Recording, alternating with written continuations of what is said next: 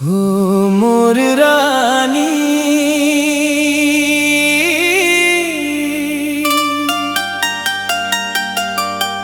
चित्रकोट के पानी जैसे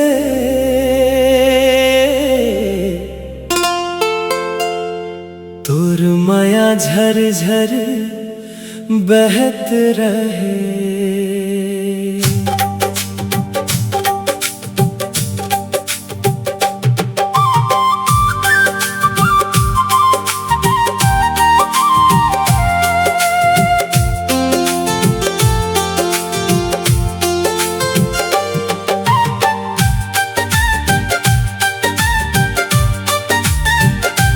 चित्रकोट के धार जैसे गिरे थे तोर माया मोर दिल माँ उतर थे।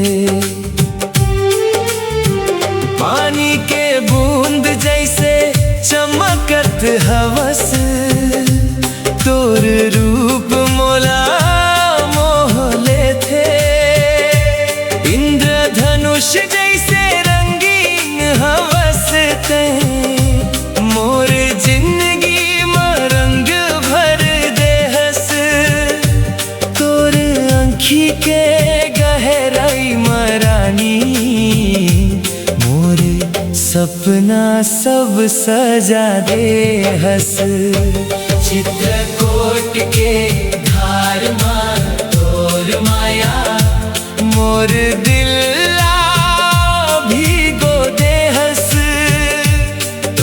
संग जीना हर जन्म अब सपना नहीं सच कर दे हस।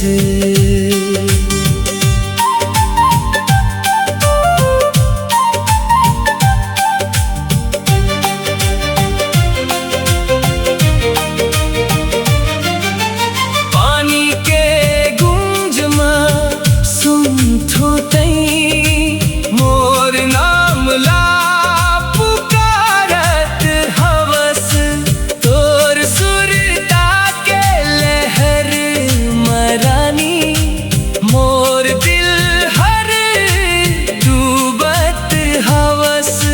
झरना के फुहार में संग संग तोर हाथ ला थाम ले थो। तोर संग जिंदगी के हर मोड़ हंसत गावत काट ले थो। चित्रकोट के धार माँ तोर माया मोर दिल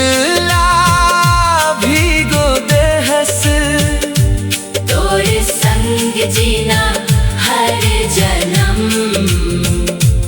अब सपना नहीं सच कर दे हस।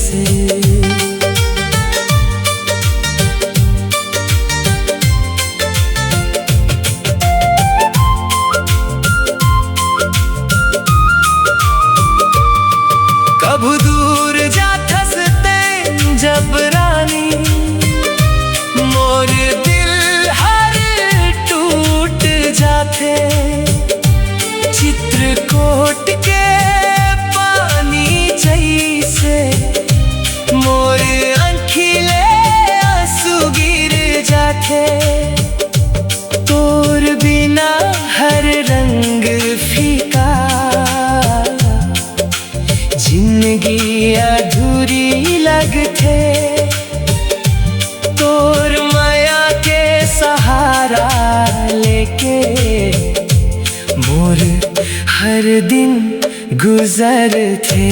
चित्रकोट के धार माँ तोर माया मोर सांस माँ बस गे हवस। तोर नाम लेके हर पल रानी मोर दिल हर धड़कत रहे। सातों जन्म तक संग निभावो तोर हाथ कभू नहीं छोड़बो। झरना